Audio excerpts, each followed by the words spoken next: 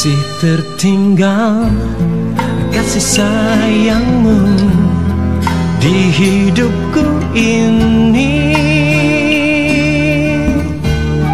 Lalu terbayang saat bersamamu sampai kini. Aku terjatuh dalam asmara dan ku terlena. Aku tak kuasa lalu berkata apa adanya. Aku kedana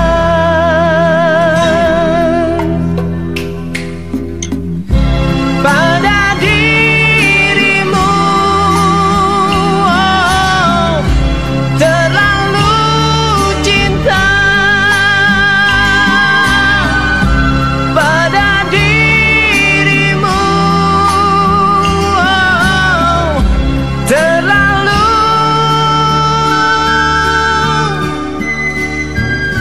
cinta.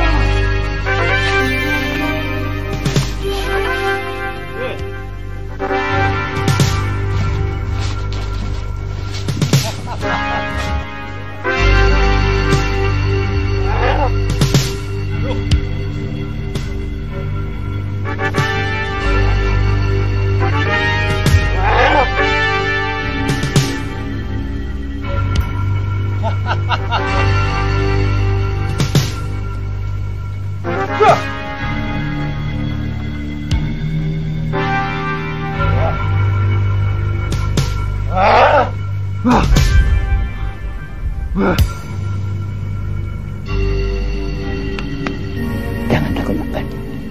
Semoga Tuhan Yang Maha Kuasa akan memberikan kekuatan bagimu. Ya.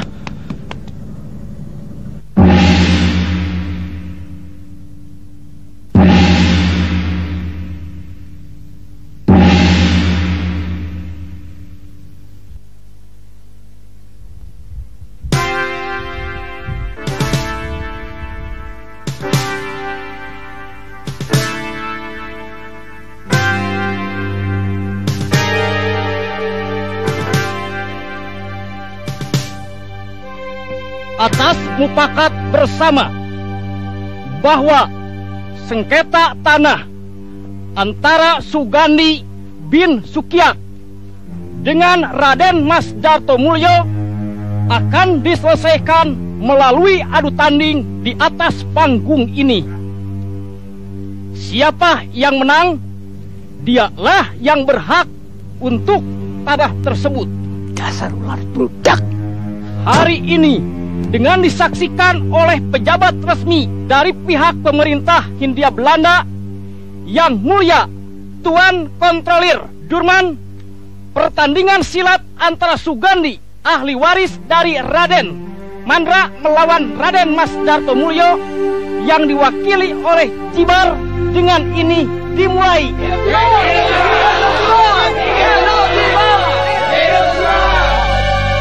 Kepada pihak Sukiat, kami persilahkan untuk naik ke atas panggung.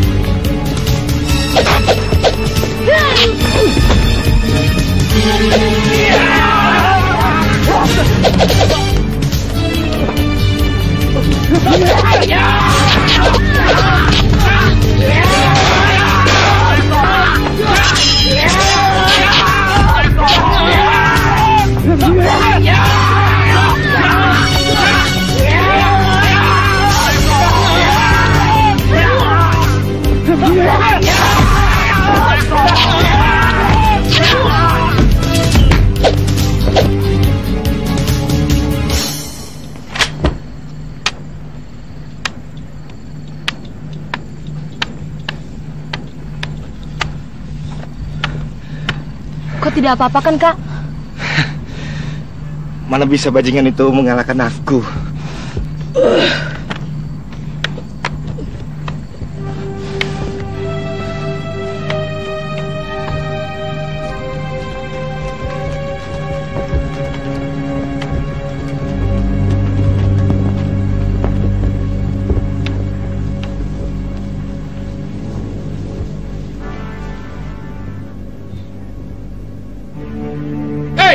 Monyet-monyet, kenapa pada diam? Hah? Bengong lagi?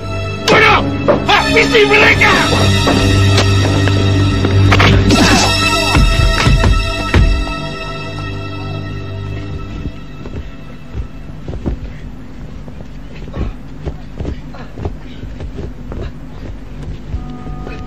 Lihat, bakul nasi semua. Upah mau yang gede. Melawan perempuan yang buta saja tidak becus. Jangan khawatir, Mas Dato.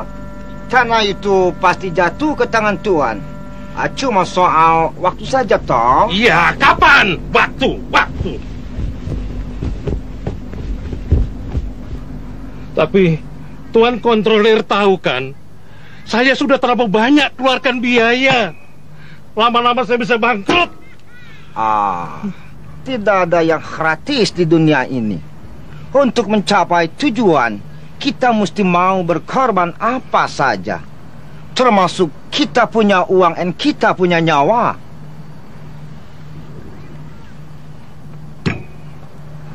Ya, kalau begitu saya menyerah.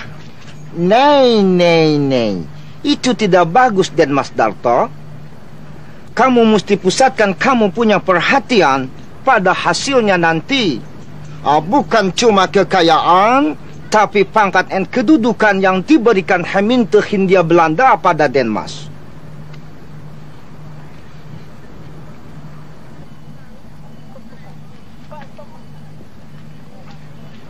Ya, perlu juga saya ingatkan, keadaan sudah tidak lagi mengizinkan Den Mas untuk melangkah mundur.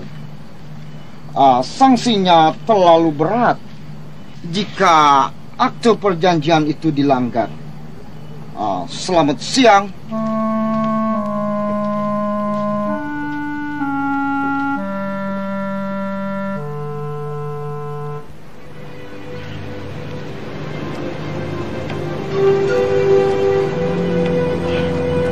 Siapa orang itu?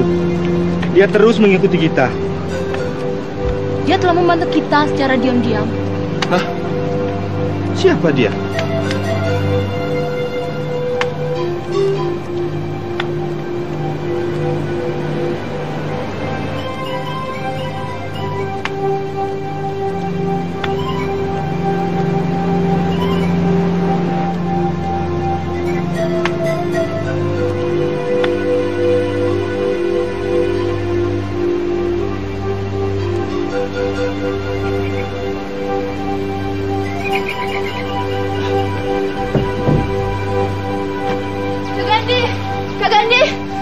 Kenapa jadi begini? Tidak apa-apa. Mari kita masuk.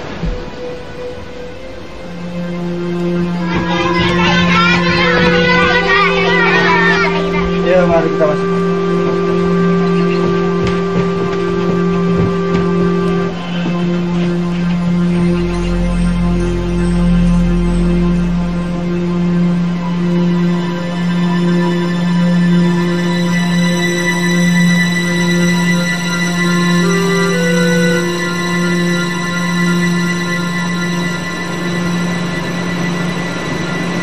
Liwon, kau melihat begitu banyak anak-anak. Apakah mereka yatim piatu?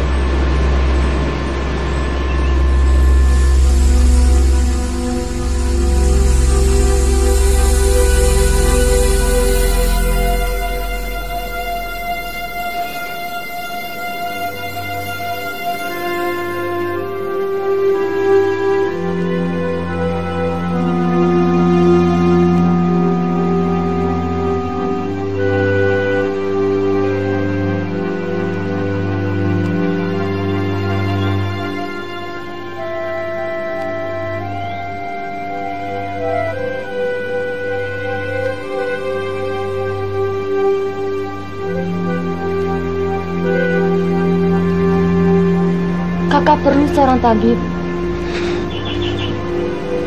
Peluru masih bersarang di tubuh kakak. Tidak usah, Ira. Nanti pun akan baik.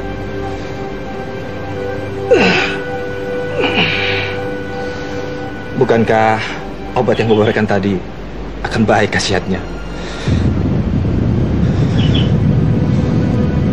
Akan turun hujan lebat malam ini. Didin, tutup pintunya. Ya, Kak.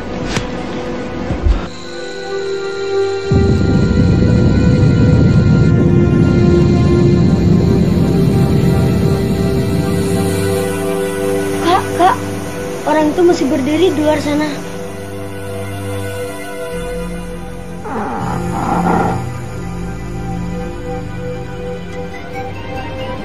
Ayo makan dulu. Mana piringnya?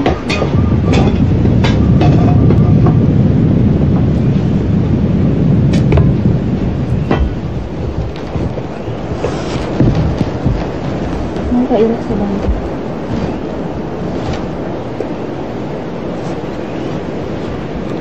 Ayo kalian makan dulu. Setelah itu, kalian pergi tidur ya. Iya, Kak. Kau pun juga harus makan, Ira. Saya belum lapar, Kak.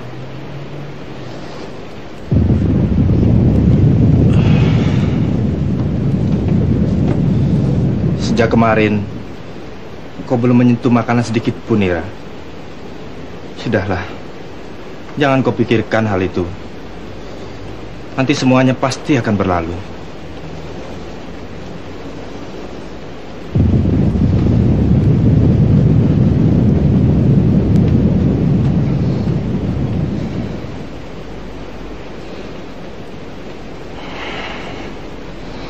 Didin, Ya, Kak. sesudah kau makan, panggil orang itu masuk. Dia akan kehujanan di luar sana. Dan siapkan juga makanan untuknya. Baik, Kak Ira.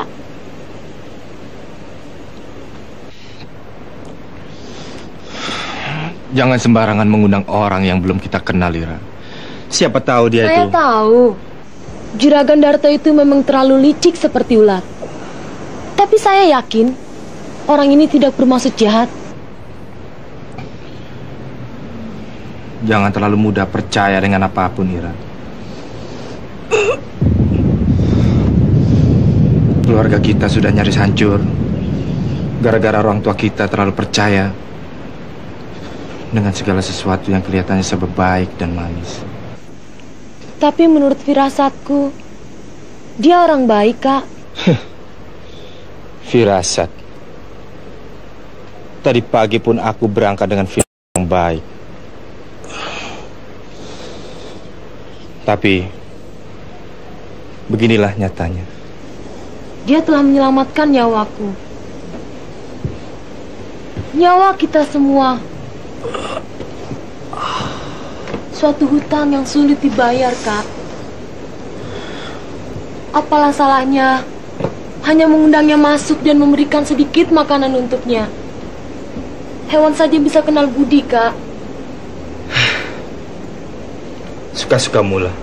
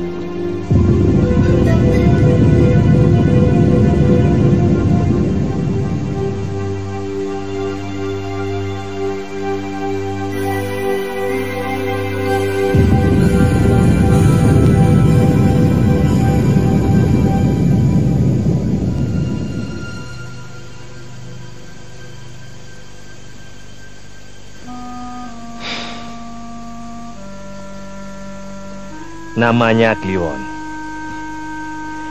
Dia juga suka berkenalan dengan adik. Nama adik siapa? Didin. Paman tadi ke alun-alun juga kan? Iya, bersama Kliwon. Suatu pertandingan yang seru bukan?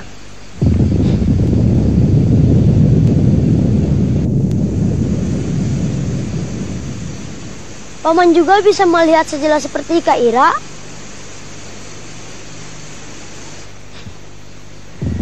Tapi aku tidak setangkas kakakmu itu. Tongkatku ini juga tidak ada pedangnya. Kenapa? Kakak Iramu itu mengundangku masuk. Kebetulan. Perut paman memang sedang lapar. Kliwon, kita tidak baik menolak niat baik seseorang.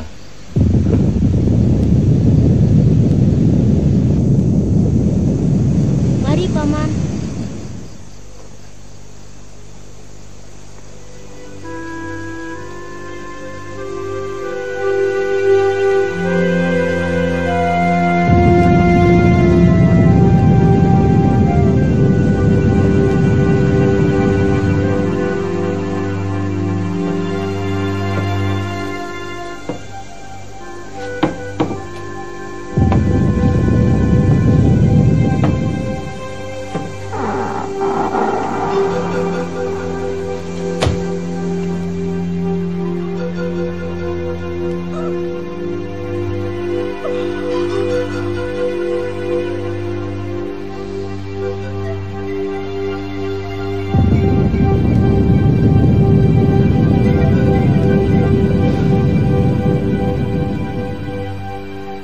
Mudah-mudahan aku tidak mengganggu. Terima kasih atas kebaikan kalian untuk mengundangku masuk. Nama saya Barda. Kami telah menyiapkan makanan untuk Tuan. Silahkan. Meski sangat sederhana. Terima kasih. Sebenarnya tak perlu repot-repot. Aku dan Kliwon sudah lebih daripada bersyukur. Meski hanya disajikan dengan segelas air putih.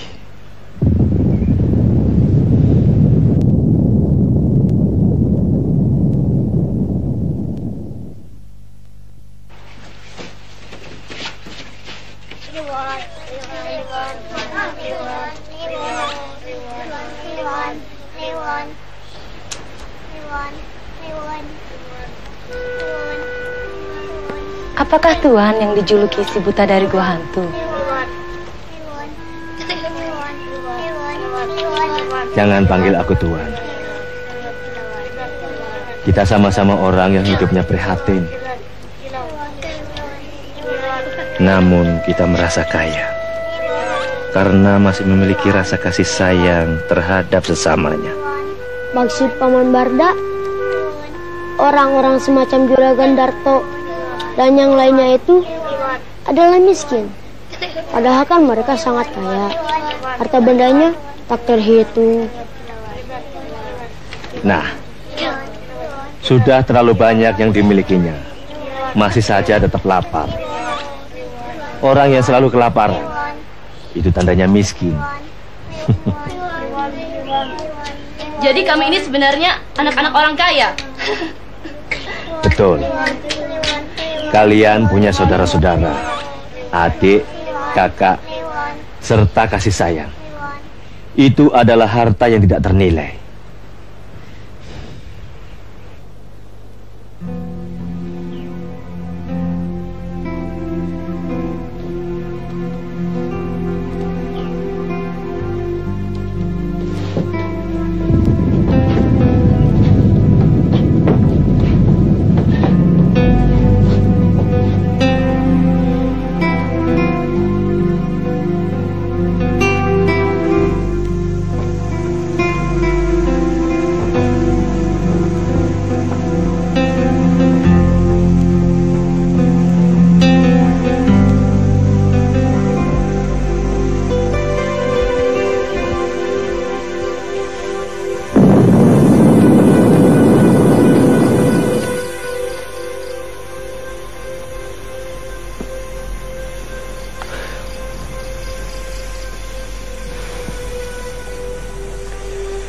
Sebentar lagi akan turun hujan badai.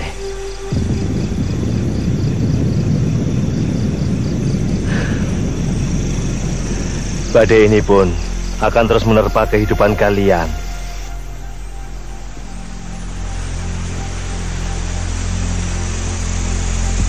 Kami sudah terbiasa. Bahkan kami sampai lupa kapan kedamaian itu akan datang. Sulit. Selama setan-setan itu masih ada. Bahkan mereka tetap akan terus menyerang sebelum niat jahatnya itu tercapai. Persis seperti julukanmu, si buta dari gua hantu. Kau seperti hantu yang selalu dapat menangkap setiap pembicaraan orang. Rasanya kita punya kepekaan yang sama. Sejak kapan kau dalam keadaan begini? Apakah sejak lahir? Ya, barangkali memang sudah harus begini nasibku. Tapi aku sudah terbiasa. Mungkin juga Tuhan tidak mengizinkan aku untuk melihat semua keburukan dan kepalsuan manusia. Tapi Tuhan memberikan sebuah mata hati sebagai ganti. Kadang kita bisa melihat dengan jelas, sehingga dapat menembus kegelapan ini.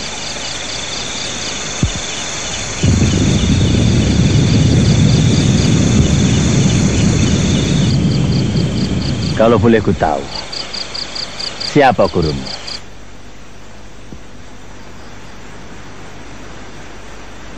Nenekku. Tapi beliau telah wafat 2 tahun yang lalu. Sebuah kenangan manis yang tak akan mungkin bisa kembali lagi. Apakah beliau pun buta? Tidak. Tapi dengan kesabaran dan tekun, dia melatih dan mendidikku. Karena dia tahu kekurangan cucu satu-satunya ini. Lalu, yang lainnya itu siapa? Saudara-saudara angkatku, anak yatim piatu.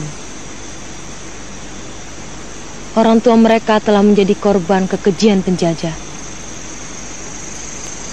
Kedua orang tuaku dan nenek menampung mereka dan mengangkat sebagai anak asuh.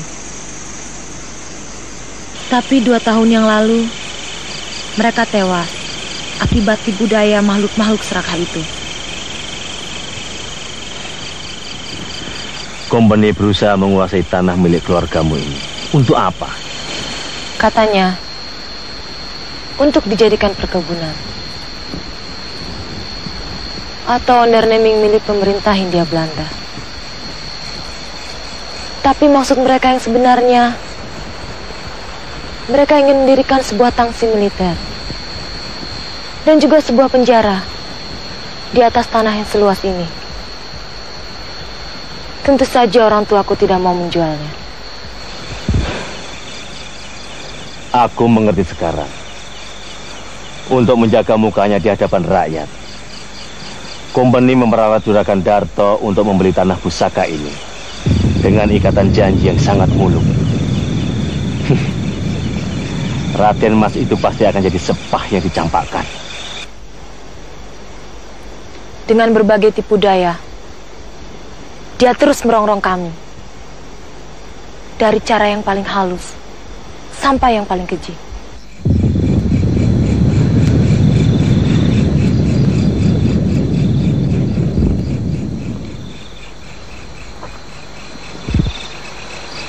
Lalu dengan cara bertanding seperti tadi pagi, otak iblis mana ada yang bersih? Untuk selanjutnya, kalian mesti lebih waspada lagi.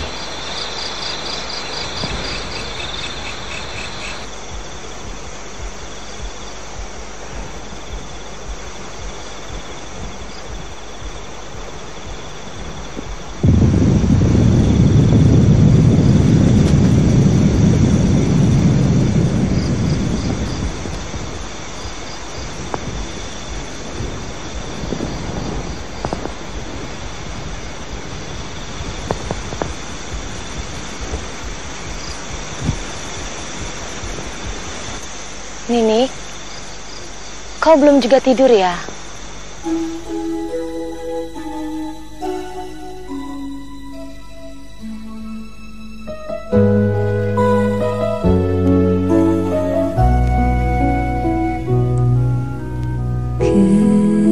Kelinci putih, oh kelinci putih, lembut dan suci bagaikan belayang tangan ibuku. Matamu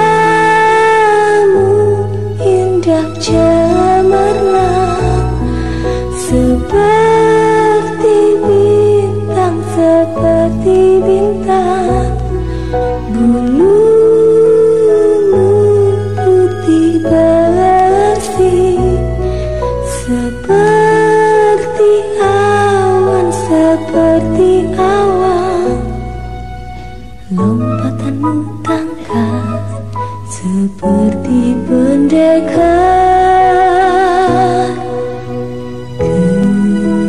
Kelinci putih, oh kelinci putih, keindahanmu hanya bayangan.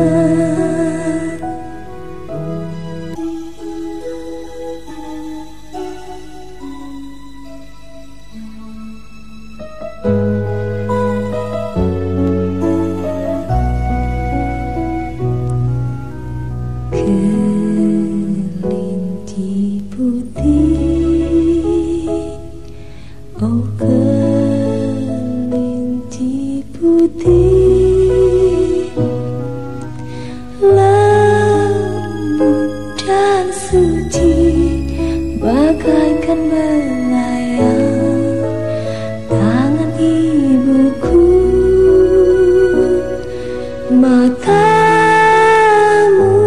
indah cemerlang seperti bintang, seperti bintang. Bulumu putih bersih seperti awan, seperti awan. Lompatanmu tangkas seperti pendekar.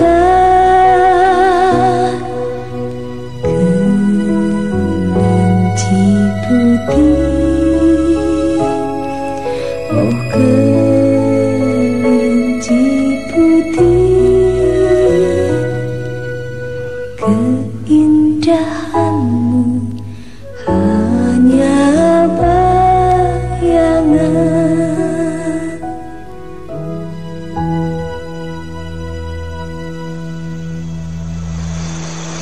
Kalau saja aku dapat melihatmu.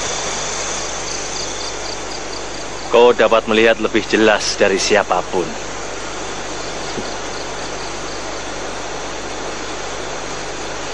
Suaramu merdu sekali.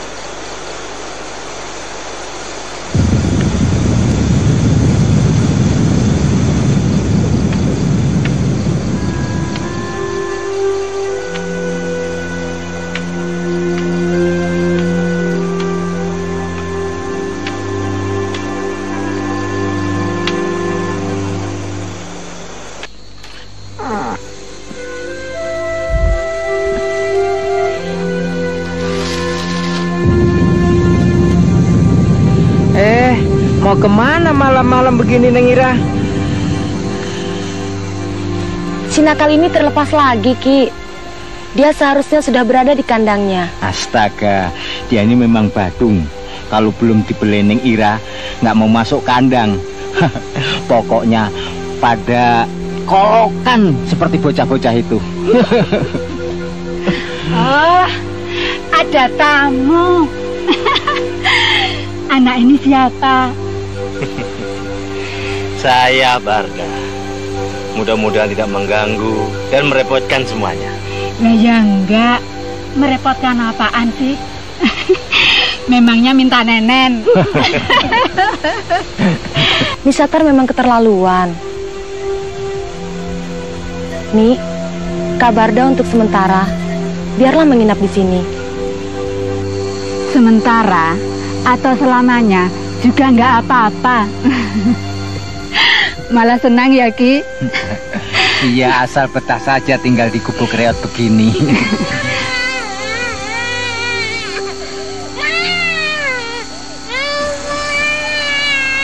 Tuh, bener nggak? Si Bontot nggak bakalan mau tidur kalau nggak dikelonin oleh Neng Ira. Dan juga didongengkan. Dasar kolokan.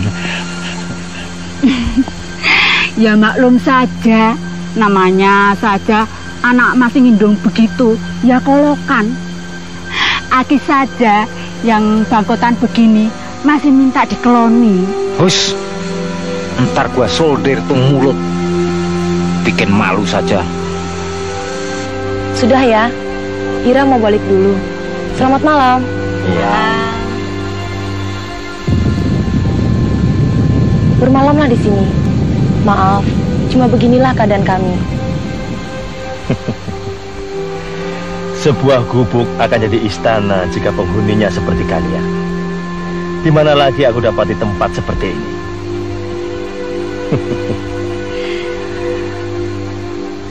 Mari, silakan masuk.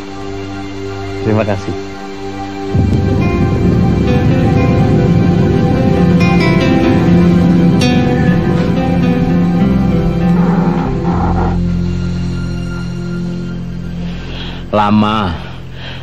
Lama sekali sejak tanah ini dari hutan belantara dibabat seperti sekarang ini. Aki sudah ikut kakek dan nenek Neng Ira. Momong kedua orang tuanya juga sampai sekarang ini. Sejak kapan sengketa tanah itu terjadi, Ki? Sengketa apaan? Tanah ini hak milik Den Mandra, kakek Neng Ira. Lawong dia yang nggarap kok. Malah ada suratnya di Gemente, sah. Itu betul. Buat orang yang serakah dan tamak seperti Juragan Darto yang bekerja sama dengan company itu, mana mau tahu. Dia malah mengaku-ngaku punya hak yang sah atas tanah garapan ini. Aku berani disumpah jika menjadi saksi di Landrat nanti. Alah, Landrat itu kan cuma main bodoran saja. Semua orang tahu itu. Lebih baik perang saja sudah. Meninggalnya kakek, nenek dan kedua orang tua Ira. Apakah lantaran persoalan tanah ini? Sebetulnya kami sudah tidak mau mengingatnya lagi. Terlalu menyakitkan. Itu terjadi 15 tahun yang lalu.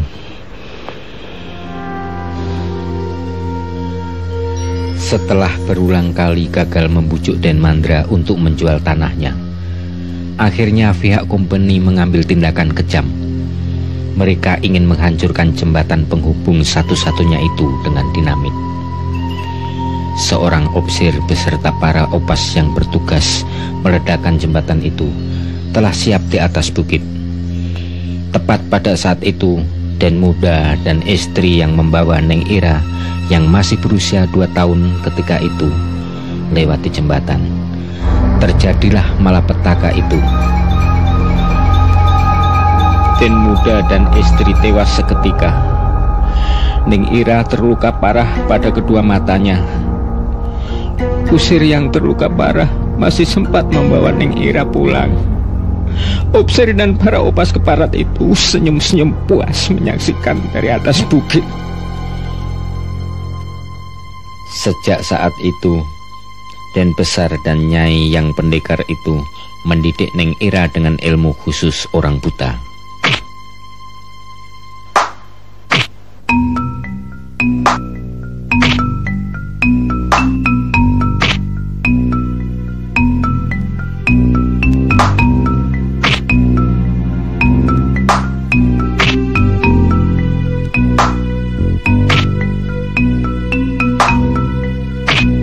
Tiba-tiba beberapa orang karyawan datang membawa seorang bocah laki-laki, Gandhi. Bapaknya dibawa oleh sepasukan opas dan tak pernah kembali lagi, karena tidak rela sebidang tanahnya yang tidak jauh dari sini dikuasai oleh company. Sejak itu, Gandhi yang yatim piatu dipungut anak oleh Den Besar dan Nyai. Tanpa terasa, waktu berlalu begitu cepat. Ning Ira sudah menjadi seorang gadis cantik, meski kedua matanya buta melek. Begitupun Gandhi sudah tumbuh menjadi seorang pemuda yang gagah.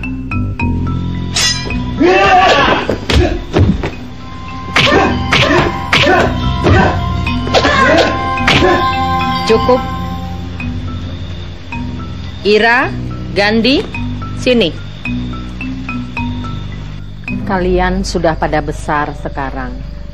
Bukan berarti hidup kalian tidak akan menemui rintangan. Bahkan akan semakin sulit. Para kurcaci itu tidak akan berhenti sebelum seluruh tanah pusaka ini jatuh ke tangan mereka. Sebagai ahli waris, kalian harus mempertahankannya, walau apapun yang terjadi. Ya, Nek. Ira, kau jangan merasa kurang, meskipun matamu buta. Tuhan itu Maha Pengasih. Dia akan selalu melengkapi kekurangan yang ada pada setiap umatnya.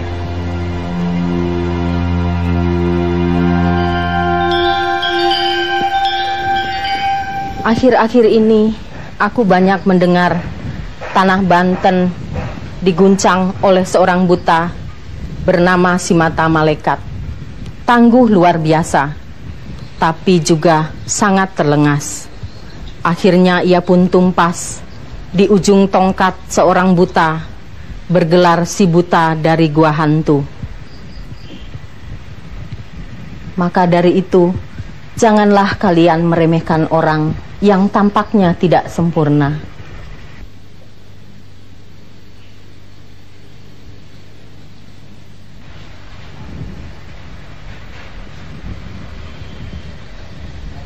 Gandhi, Iya, Nek. jagalah adikmu Ira. Walaupun bagaimana, ia tetap seorang perempuan. Gandhi, kau mendengar kata-kata nenek? Iya, Gandhi mendengar, Nek. Gandhi akan menjaga dia sampai dia menjadi nenek-nenek.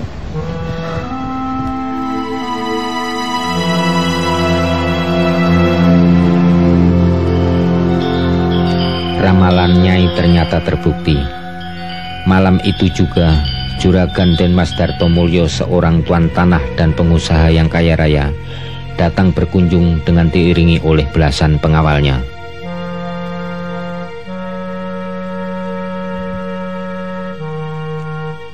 Maaf Den Mas, pendirianku tidak pernah berubah. Aku tidak akan melepaskan sejengkal pun tanah pusaka ini, meskipun Den Mas sendiri yang akan membelinya dengan harga berapapun. Saya menghargai pendirian Kang Mas. Ya, tapi dipertimbangkan dulu, Kang. Ya, memang masalah jual beli itu perlu pemikiran yang matang. Tapi jangan terlalu lama, Kang. Karena keadaan itu berjalan terus dan sewaktu-waktu bisa berubah loh, Kang. Dulu saja tidak pernah terlintas di hatiku untuk menjual tanah asli keringatku ini, Den Mas. Apalagi kini di tanah pusaka ini telah terserap darah putra dan mantuku. Itu sama saja menjual nyawa mereka, Den Mas. Tapi Kang Mas perlu tahu bahwa di atas tanah ini ayahku punya andil. Itu berarti sebagai ahli warisnya, aku juga punya andil di atas tanah ini, Kang.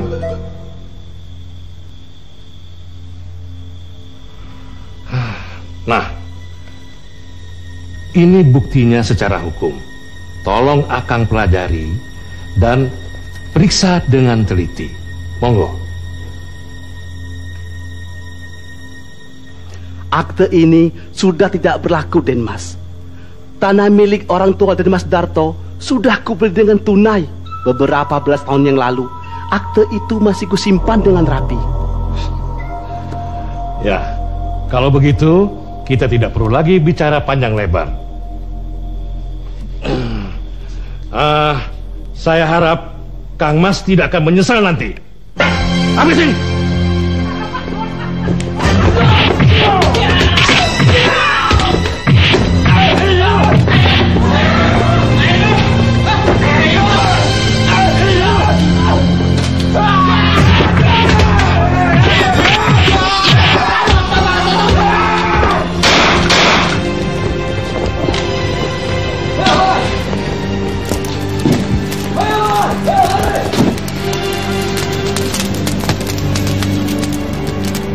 Darah telah tertumpah di tanah pusaka ini. Maka selama 2 tahun terakhir ini, rongrongan demi rongrongan silih berganti. Agaknya setan-setan laknat tidak pernah mau berhenti. Keluarga para buruh yang bekerja di sini ikut menjadi korban. Hingga tempat ini lama-kelamaan berubah menjadi penampungan anak-anak yatim piatu.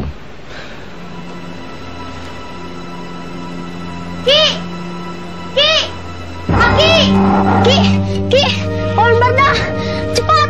Ada apa, Nak? Kak Gandhi semakin parah. Tubuhnya panas, kejang, lalu pingsan. Ayo, Ki. Ayo.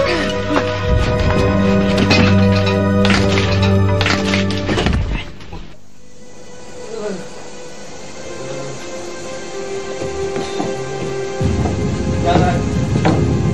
Jangan.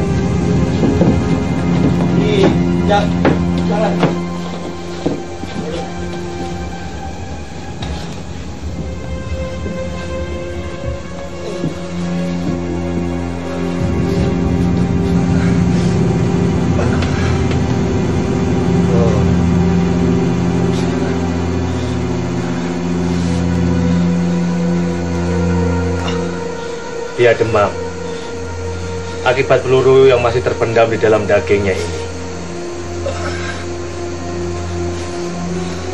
Sudah kusarankan untuk memanggil seorang tabib, tapi dia menolak.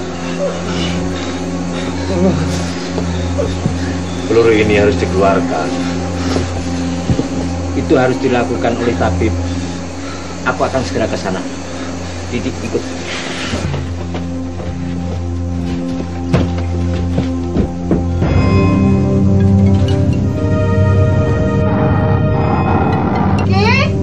Hati-hati, jalanan licin.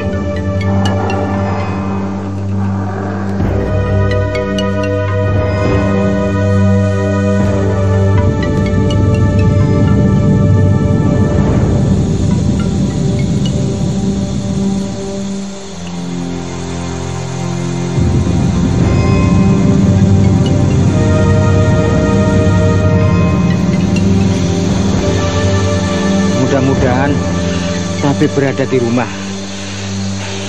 Selain dia, tiada lagi tabib di desa ini. Lampunya masih menyala, Ki. Pasti tuan tabibnya ada. Ayo.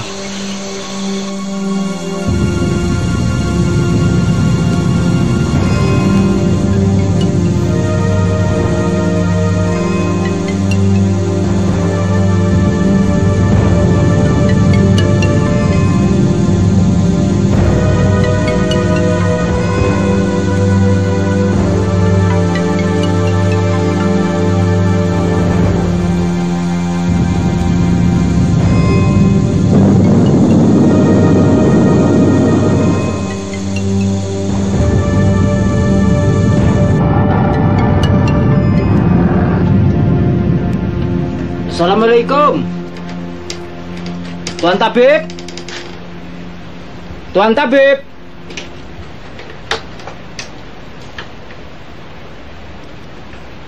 Ki. Ya.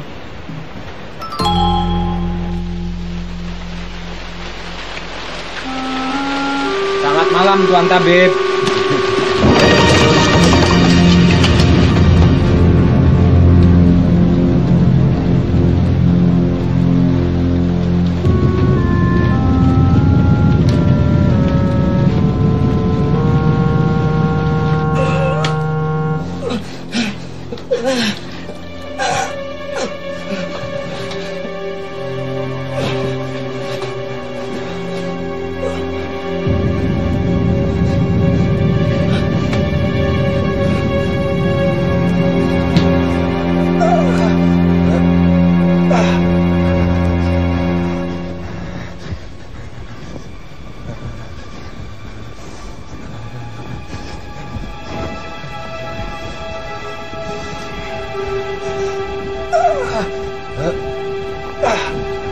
Kenapa belum juga datang? Barangkali tabibnya sedang sibuk. Jadi mereka terpaksa menunggu.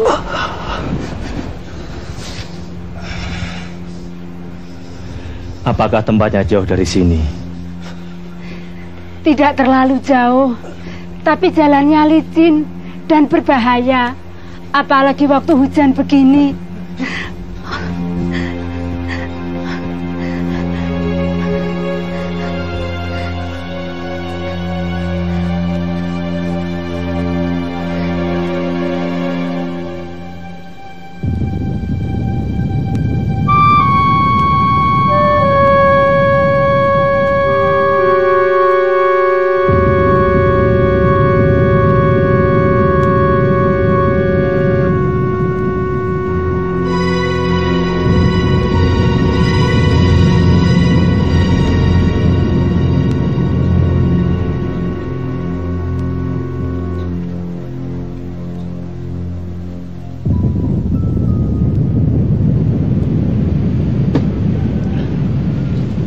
Perhitunganku memang selalu jitu. Bocah yang terluka kena pelor itu pasti dia akan berobat ke tabib yang satu-satunya di desa ini. Tapi sayang, bukan perempuan buta itu yang nongol. Dia pasti nongol, menyusul dua kunyuk ini. Jadi kita nggak perlu menyatroni rumahnya. Jangan pandang enteng. Tadi pagi 7 centeng habis dia babatnya. Alah, mulut orang suka berlebihan. Gimana sih orang buta mampu seperti itu? Omong kosong. Tapi kalau enggak, masa Juragan Darto meminta bantuan pada kita? Semua jawara tahu kalau 3 dedemit turun dari Gunung Sindur, berarti urusannya gak main-main. Betul juga. Bukan kebiasaan kita untuk menghadapi segala persoalan cengceremen. Yang begituan mah cukup diberesin sama para centeng, ya kan? Dia cucunya Raden Mandra, sepasang pendekar yang paling disegani beberapa tahun yang lalu. Bahkan guru kita pun pernah dipercundangkannya. Tidak heran kan kalau cucunya juga hebat, mesti matanya buta.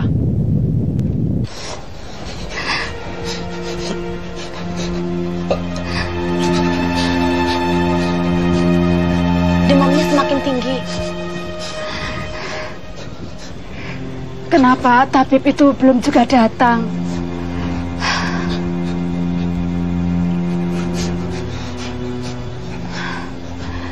Jangan-jangan terjadi sesuatu pada diri Aki dan Diding.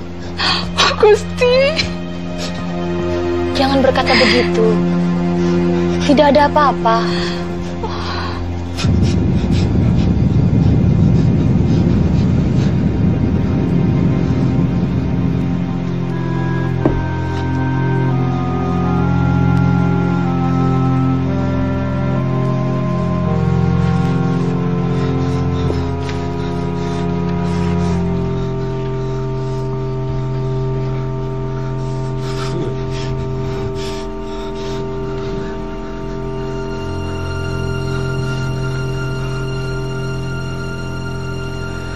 Badannya seperti terbakar. Peluru itu harus segera dikeluarkan. Rasanya tak ada waktu lagi untuk menunggu tabib. Tolong bantu aku.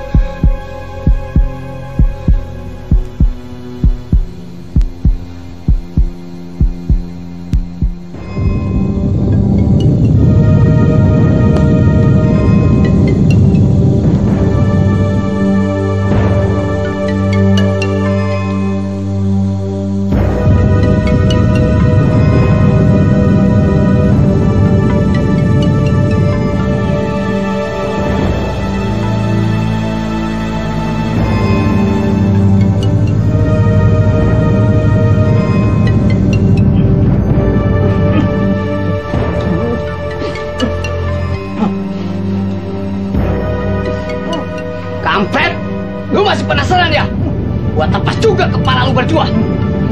Shh. Dia sudah datang.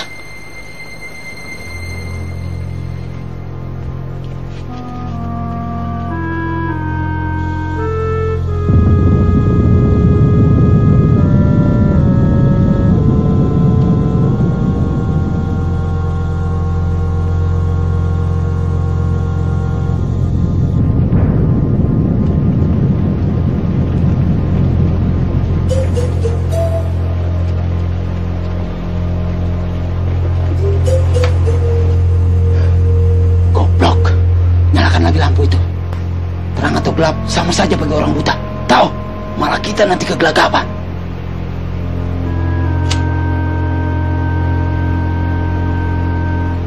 Pindahin sekalian tuh otak.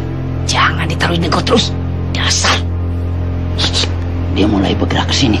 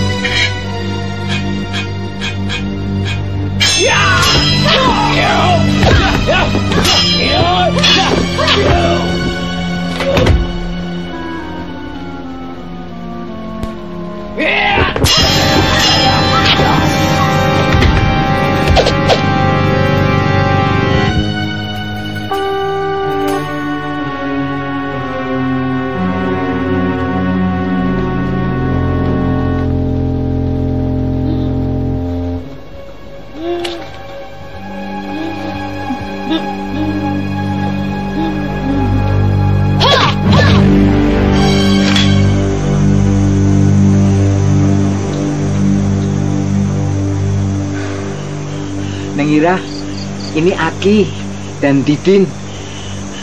Jangan khawatir, Ki.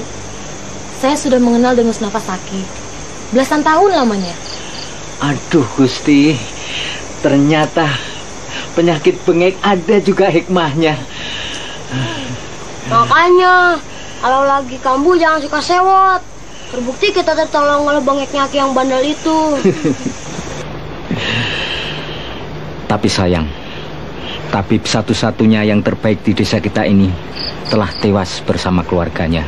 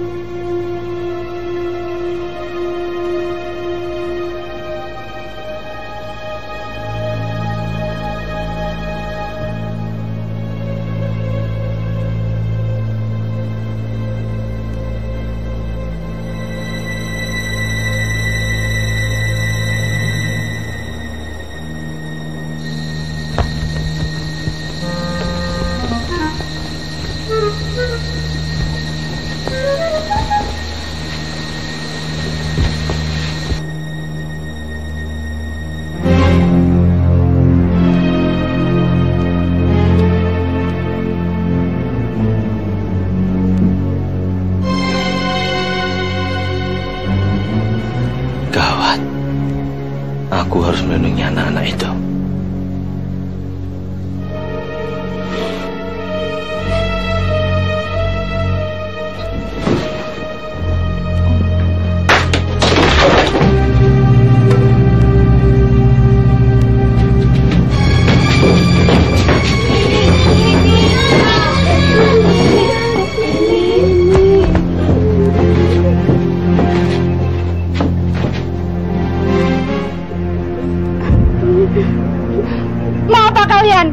Jangan ganggu anak-anak yang tidak berdosa ini.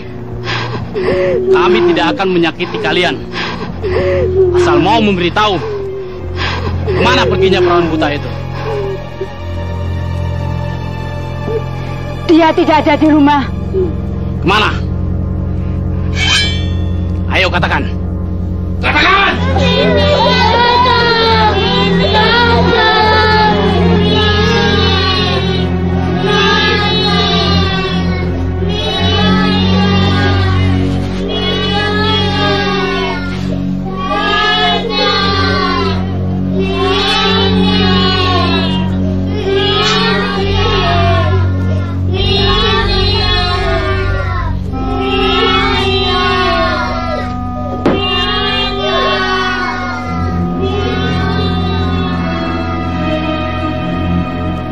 Siapa orang buta itu?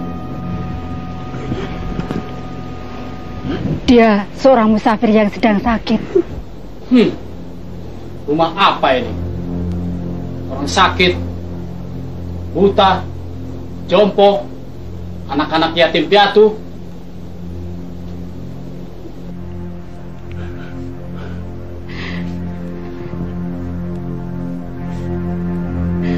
Tuhan sudah melihatnya. Kenapa ingin menambah penderitaan lagi pada kami?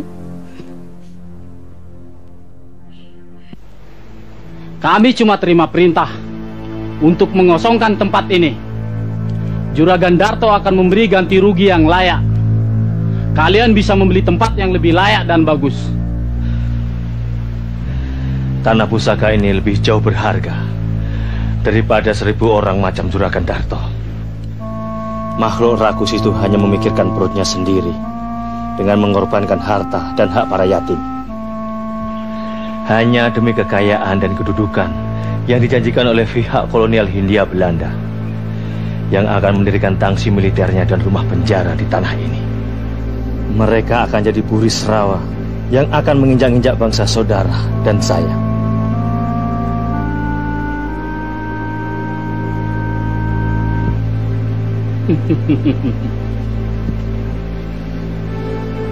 Apa peduliku dengan urusan itu? Kami perlu yang gampang-gampang saja. Uang. Sayang sekali kau telah menjual harga dirimu begitu murah. Hei gembel picak, jangan berpikir terlalu tinggi. Mikir nasib dirimu saja kau nggak mampu. Walah, dituntun tokat saja mesti sempoyongan. Tapi aku tidak perlu harus jadi pengkhianat seperti kalian. Kurang ajar, bunuh saja dia. Tunggu, aku peringatkan. Sebaiknya kau diam, atau golokku ini yang bicara. Jangan khawatir, aku tidak akan menyakiti anak-anak. Karena aku pun punya anak. Yang kuperlukan gadis buta itu. Dia pasti pulang kan?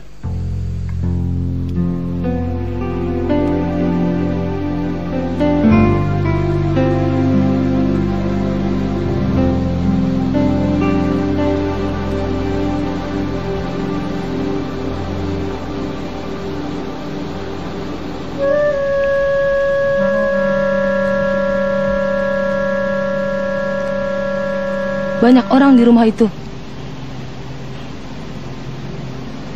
Mereka bersenjata. Pasti orangnya Juragan Darto. Bagaimana dengan anak-anak dan yang lainnya itu?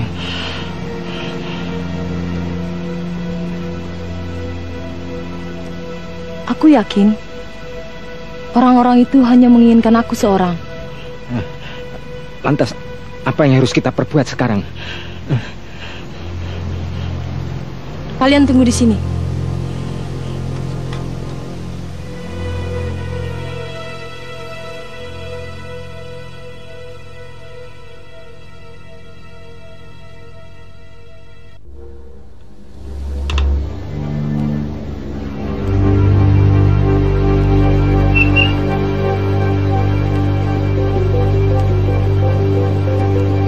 Itu dia.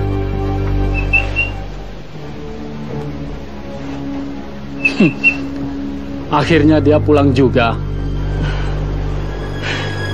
Ke barat.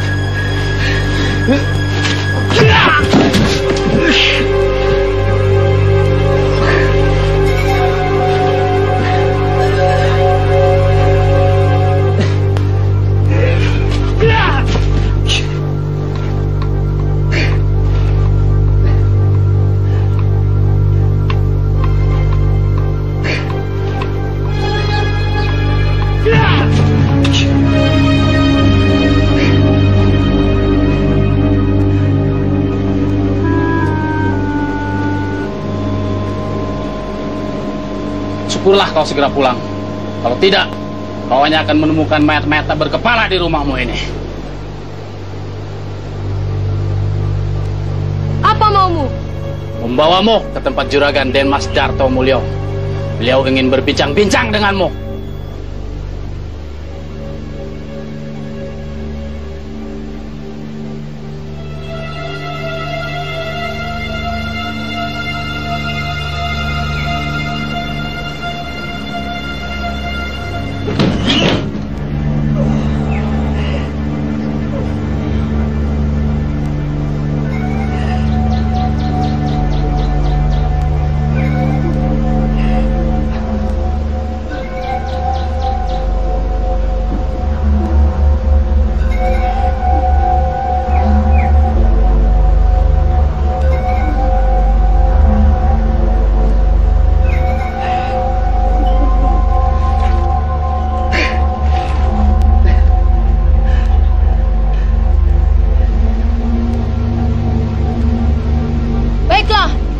Ikuti kemauanmu.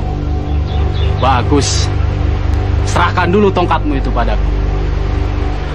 Jangan khawatir. Kau tidak akan tersesat.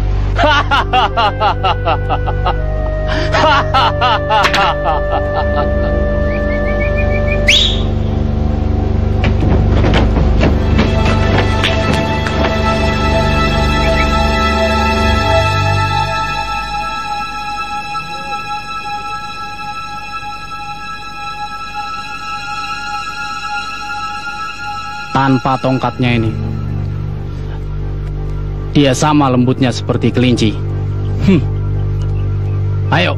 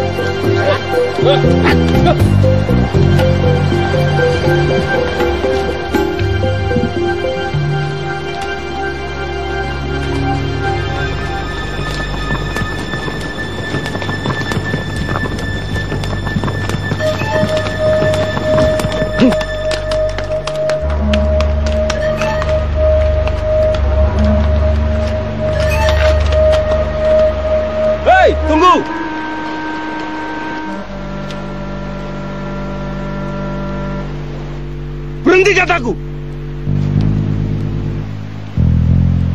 Sini!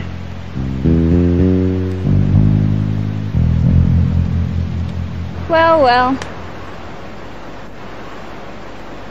Rupanya Ye sudah menemukan seekor burung yang sangat cantik, bukan Anom? Kalau tidak salah, Den Muda bukan?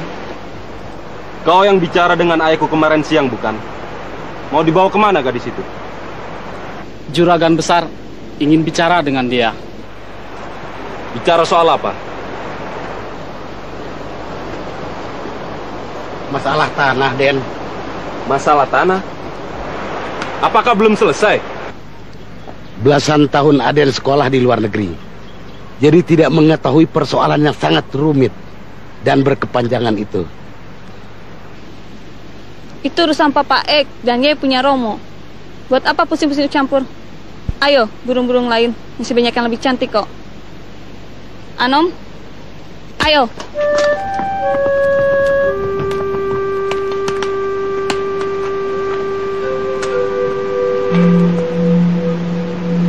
Namanya Ira. Matanya budak sejak kecil.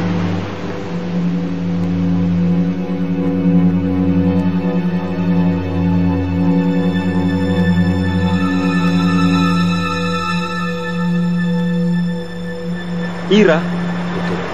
Dia tidak bisa melihat? Sama sekali.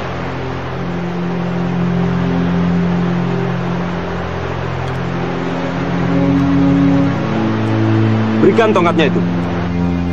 Tapi Den, tongkat ini dia yang perlu, bukan kamu. Berikan.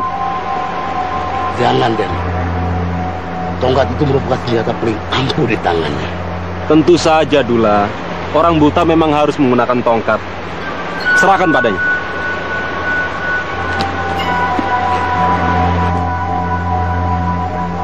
Sini.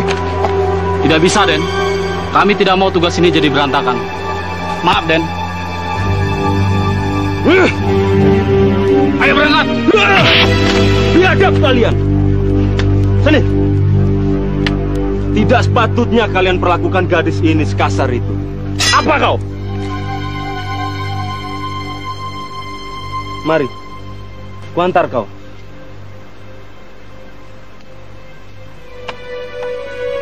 Naiklah kudaku ini.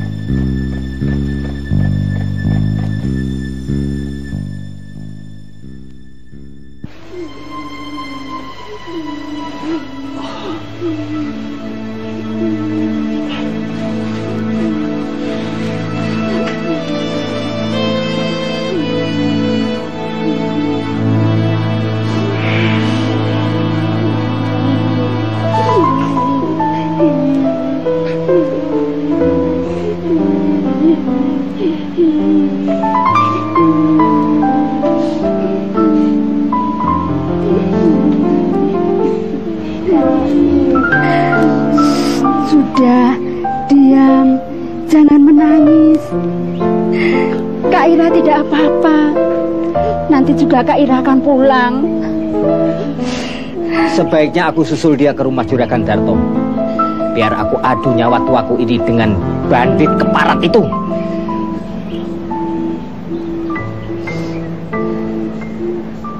Anom, yang diceritakan Didin tadi adalah putra Juragan Darto yang dikirim sekolah ke Holland sejak dia berusia 5 tahun. Rasanya dia hampir sebaya denganku. Cuma beda rezeki dan nasib saja.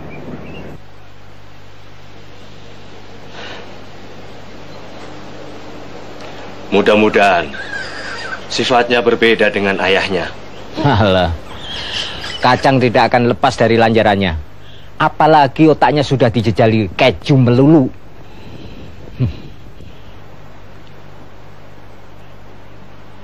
Prasangka yang berlebihan adalah awal daripada bencana.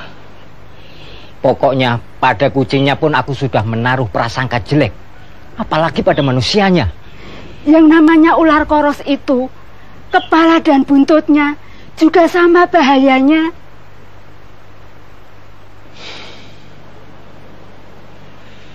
Ibarat hutan yang terbakar. Apinya sulit dipadamkan dengan hujan sepekan. Karena sekamnya masih tetap saja membara. Ya, kecuali biang keladinya harus dimusnahkan lebih dahulu. Baru semuanya akan beres.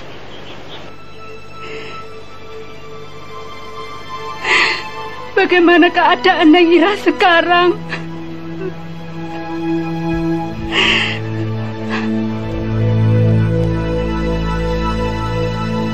Akan kuhancurkan iblis itu.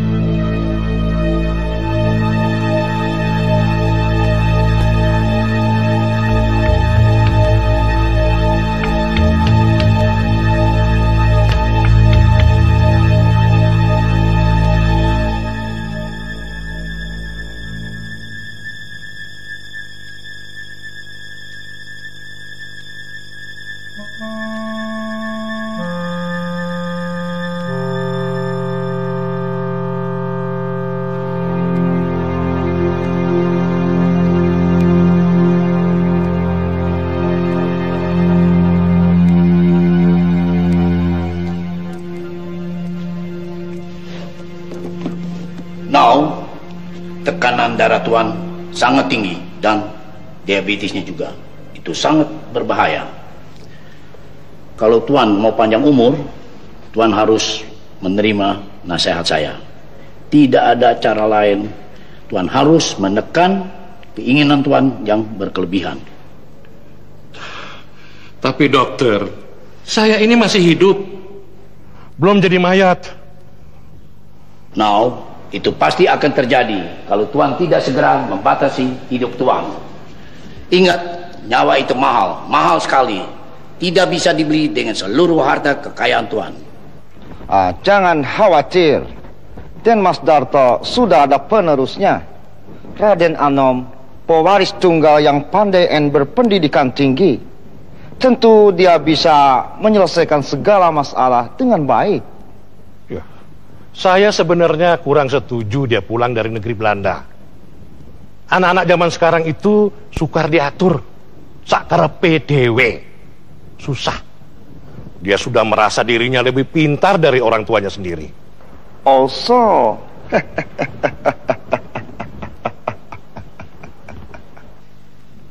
aku ini sudah terlanjur banyak mengeluarkan biaya. Ya, kepalang basah. Romo cari penyakit sendiri. Nah, tapi ini semua untukmu, anakku. Untuk menjaga martabat, pamor, dan harga diri keluarga besar Darto Mulyo. Kau mengerti itu? Apa, Romo? Martabat dan pamor tidak pernah lahir dari puing-puing penderitaan orang lain, Romo. Lihat betapa lancang mulut anak ini. Hei, itu yang kau dapat selama ini sekolah di luar negeri, hah? Nei, bukan salah sekolahnya.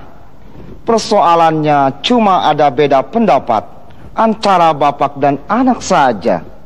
Itu lumrah toh? Tepatnya, dia sudah kena hasut perempuan buta itu. Dia kini sudah berbalik, sama-sama menentangku. Anak durhaka!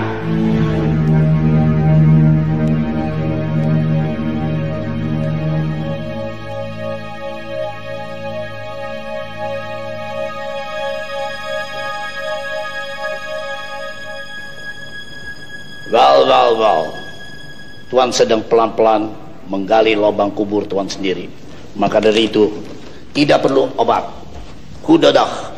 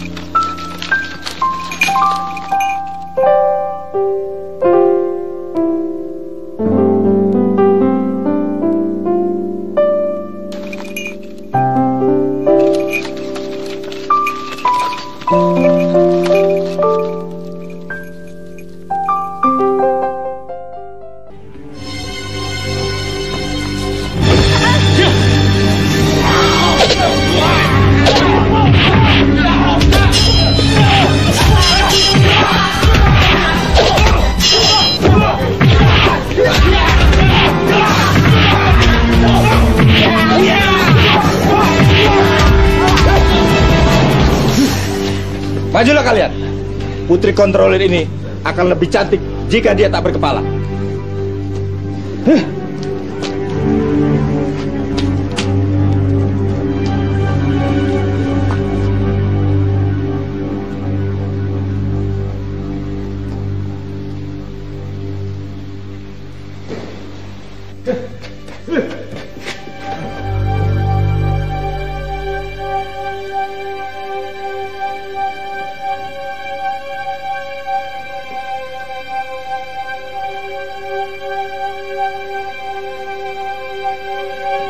Jangan melibatkan diri dengan persoalan yang tidak ada sangkut pautnya dengan dirimu.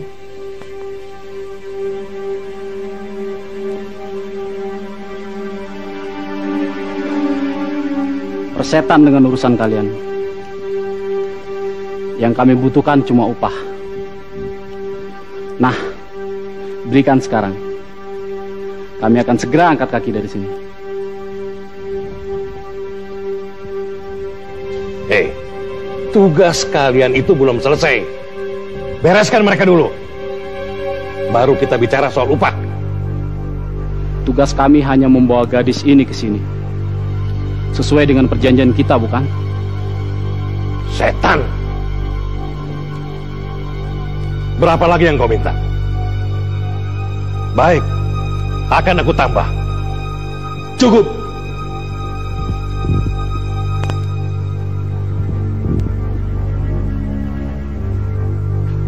Bubar semua.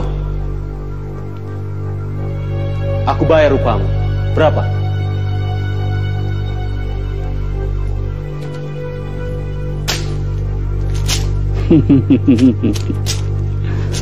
Matur nuwun, Den. Ini sudah lebih dari cukup. Ayo berangkat.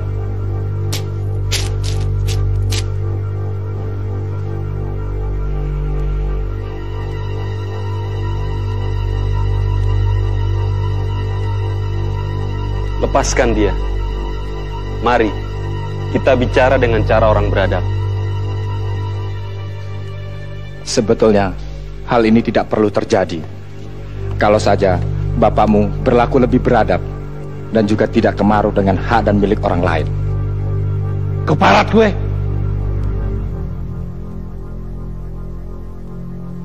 Sudahlah. Apa untungnya semua ini?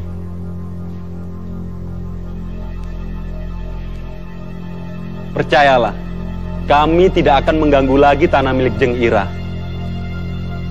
Aku mohon maaf atas semua yang terjadi.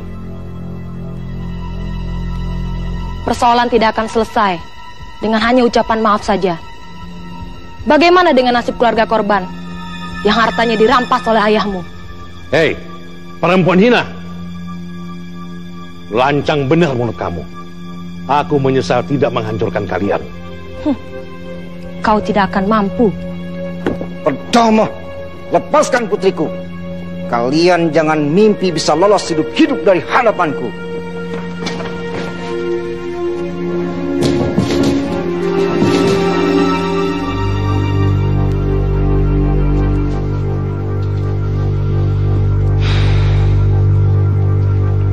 Lepaskan dia.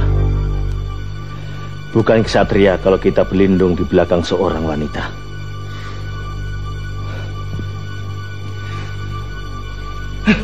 Papi.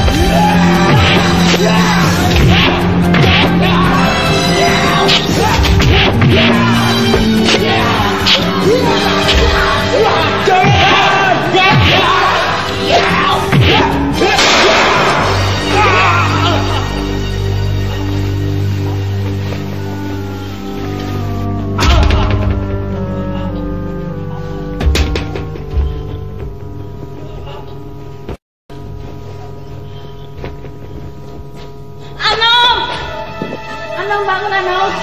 Anong. Anong, anakku. Anong, bangun Anong. Anakku. Jangan ketinggalan ayahmu, anakku. Anong. Norman, kenapa kau tembak anakku? Anong, bangun Anong. Kenapa? Kau harus ganti jawabnya. Anong, bangun. Jangan tinggalkan ayahku. Papi kejam. Apa salah Anong? Warang Papi. Anong. Biadab kamu. Anong.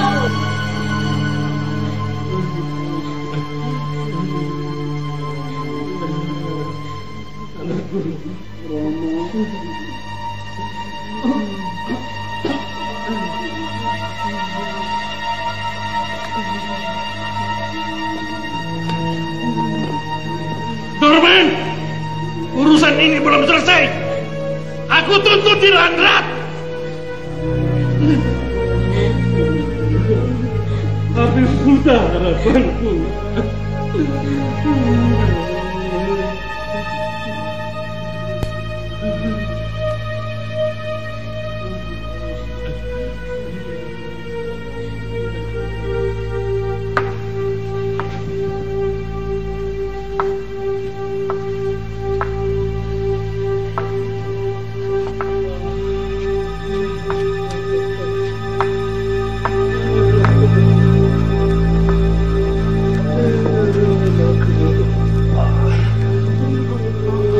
Tolong bantu aku. Dudukkan dia dan buka bajunya.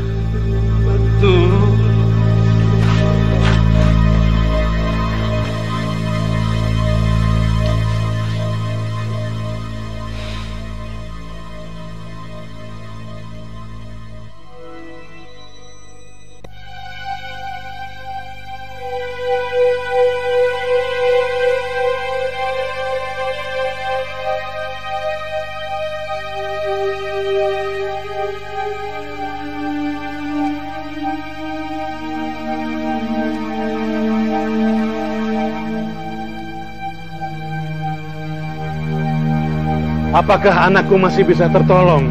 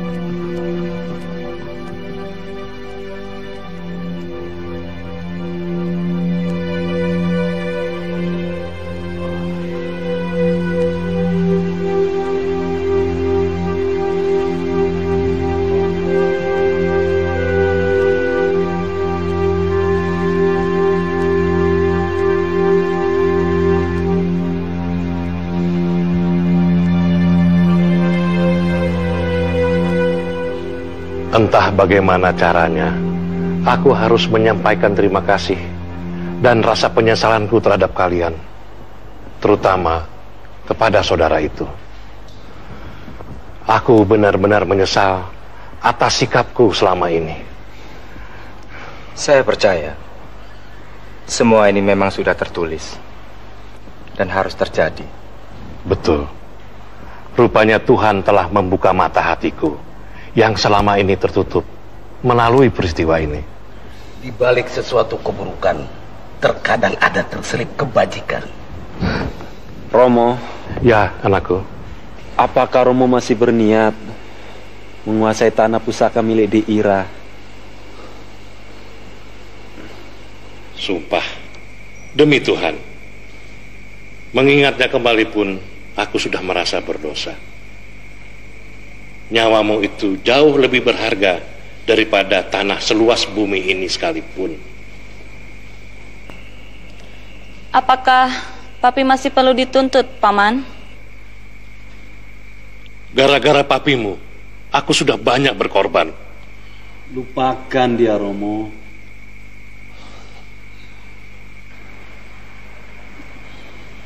Bertepuk tidak pernah sebelah tangan. Kowe ngomong apa? Kenapa Romo mau dijadikan alat mereka? Hanya semata-mata terbujuk oleh janji-janji muluk yang belum pasti kebenarannya, Romo.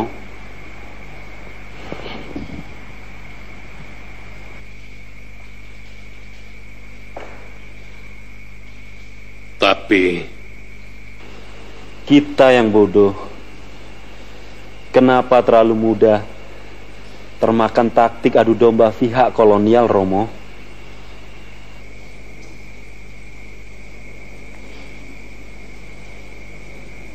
Aku menyesal. Rasanya mereka tidak akan berhenti sampai di sini saja.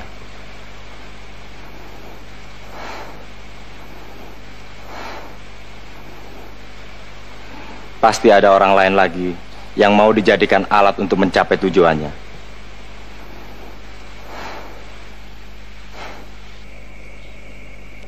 Papi pun tidak lebih cuma alat dari pihak atasannya. Semuanya mengandung hikmah, agar kami tidak lengah. Bahkan kami harus lebih waspada lagi. Percayalah, tidak ada yang bisa mengalahkan kalian. Aku sudah membuktikannya. Itu dikarenakan Tuhan selalu berada di pihak kami, orang-orang yang teraniaya.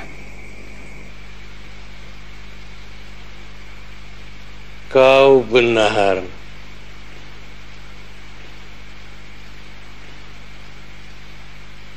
Aku menyesal.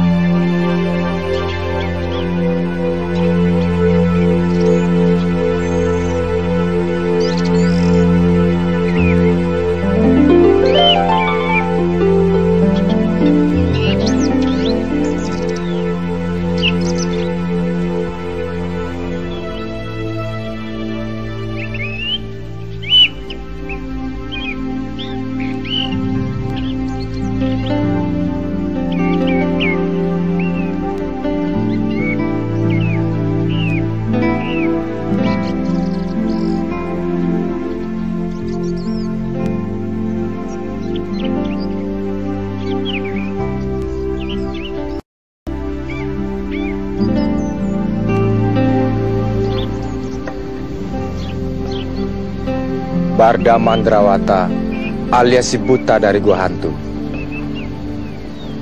Tapi jiwanya seperti malaikat. Dia bagaikan hembusan angin sejuk yang melintas di musim kemarau, menebarkan benih-benih kehidupan bagi tanah yang gersang.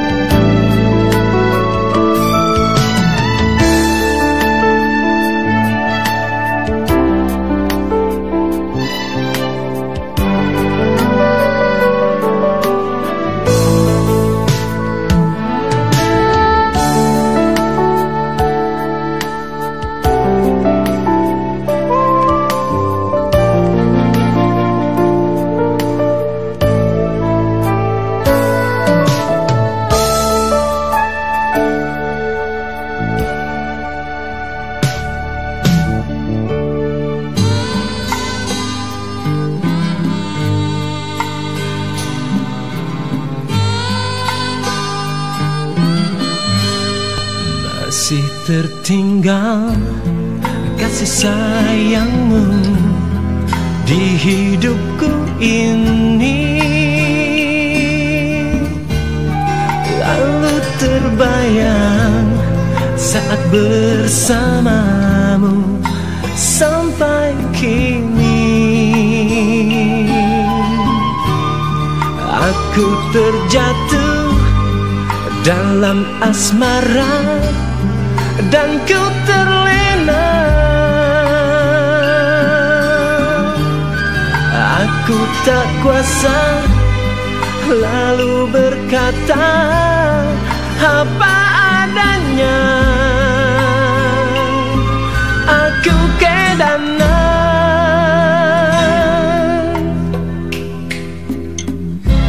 pada dirimu. Oh, terlalu cinta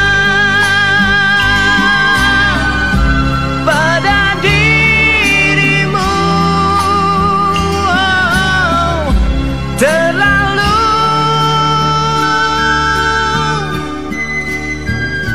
cinta.